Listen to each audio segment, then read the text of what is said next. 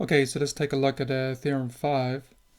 So if y1 and y2 are linearly independent solutions of this differential equation, y double prime plus px y prime plus qx y equals 0, then the general solution is given by y equal to c1 y1 plus c2 y2, where c1 and c2 are some real numbers. So it's pretty much saying that the general solution is just a linear combination of y1 and y2.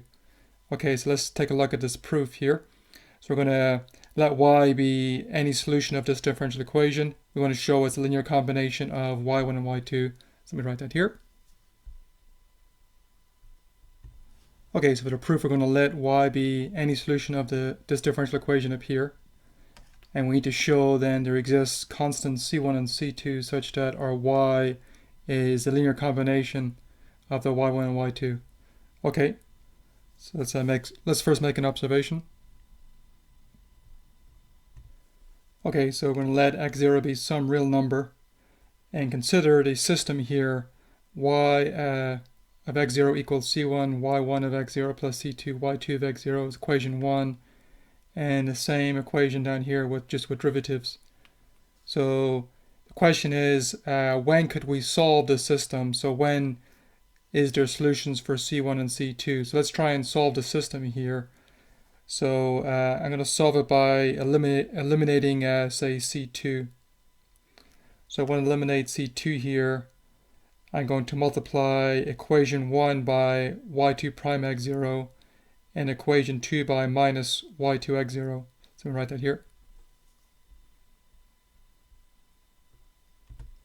Okay, so to eliminate c2, we're going to go y2 prime x0 times equation 1. So times here, here, and here. Then we're going to subtract y2 x0 times equation 2. So negative y2 x0 times this guy. So I've done here, this is y2 prime x0 times equation 1. So it'll be y2 prime times y, which I have here. There's going to be c1 y1 times y2 prime, which I have here. There's going to be c2 y2 times y2 prime, which I have here. So this is the y2 prime times equation 1. Now let's do negative y2 x0 times equation 2. So it's going to be negative y2 x0 times this guy times this guy times this. So let me write that here.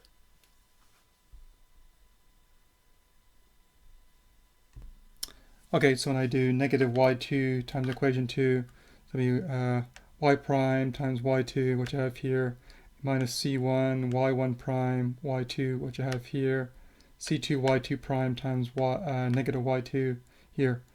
So like this. Okay, so when I add these equations now,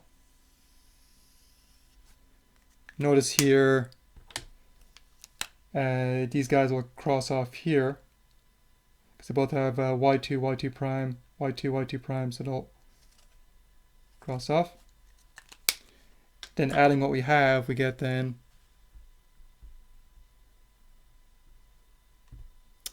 okay, so combining here, we have this guy minus that one which I have here. Then these two here, I pull the c1 out in front, so it's going to be y1 y2 prime, which I have here.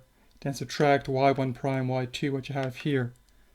And notice this guy here is actually the Wronskian. So let me note that here. So it's actually the Wronskian evaluated at x0. Okay, so I'm out of space here, so let me erase a few things and we'll keep going.